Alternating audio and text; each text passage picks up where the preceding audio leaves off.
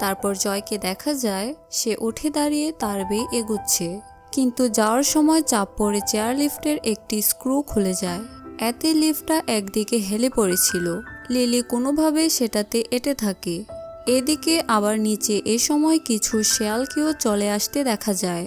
ওপরে জয় ঝুলে আছে, লিলির পড়ে যাওয়ার মতো অবস্থা। অন্যদিকে শেয়ালগুলো মুখ তুলে বসে আছে, কখন তারা এ খাবারগুলো পাবে।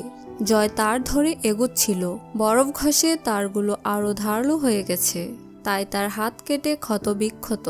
তবু অনেক কষ্টে সে পুলের কাছে পৌঁছে যায়, কিন্তু নিচেই উৎপেতে আছে শেয়াল, নামার সাথে সাথে আক্রমণ করবে।